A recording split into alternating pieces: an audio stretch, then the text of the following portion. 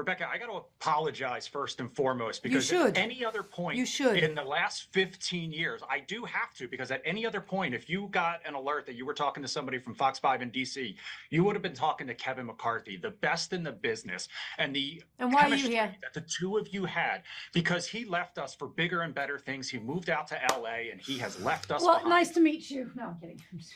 Likewise, I cannot fill his shoes in any way, shape, or form. But the chemistry that you two had, we looked forward to your interviews all of the time. She's good. Well, I'll try and not let you down. Anyway, Graham's here to fill right. in the awkward silence. All right, perfect. Looking forward to it.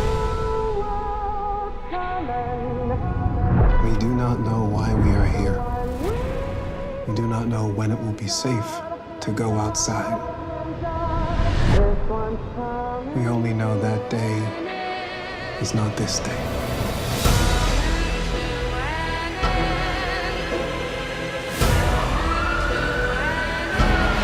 The end of the world cannot be stopped.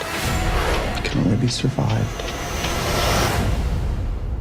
Juliet, whatever you're going to do it now. I have to start off by asking Rebecca, you know, we get some flashbacks to DC in this season, and that is where we are located right here. With everything that's happening in the world right now, does it seem a little like almost prescient or hitting close to home? I think that question should maybe go to Graham. I was never in DC. I lived in a silo, and my world was completely confined to that space. You wrote this. You wrote this. Jeff, You wrote this, sucker. man. I would say this: we followed the books, and so there are certain elements. You know, having Iran as the adversary was something that was in the books, but it's also, as in the books, it's not what you think it is. There's something else going on. I will say that when we there's a mission early on in the first episode of season 3 that goes to Iran.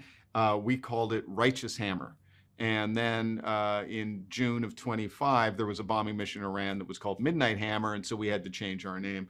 But other than that, it's just, you know, you're just sort of playing with the pieces that were given by Hugh, but also just the pieces that work to get us toward the answer, which is not what you think it is, I hope.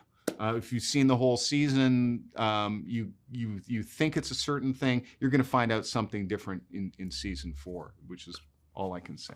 You are the only one who has ever gone out and survived. Truth does not come without cost. The amount of panic if people found out. Found out what? Much time we have left. I get splinters of memories. If the founders cared so much, why do they need to kill Asylum? The questions she's asking will get us killed. Rebecca, obviously the show, you in the silo, like you said, that's where you live. It can be a little claustrophobic and feel a little controlled. Now this new season is opening up some space. Obviously you don't get to be a part of that per se, but how does that change things?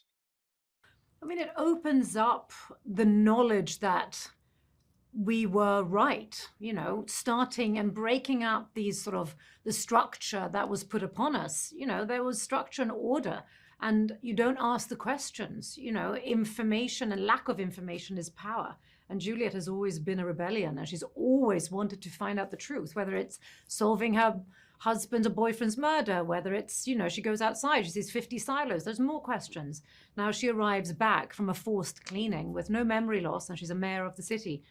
Or of the silo, but yet still she has this urging feeling of trying to figure out why something feels wrong.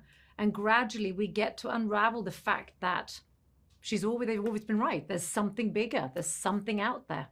And knowing that and having that connection was enormous and fun to play with for her. Congratulations on season 3, guys. We can't wait for everyone to check it out.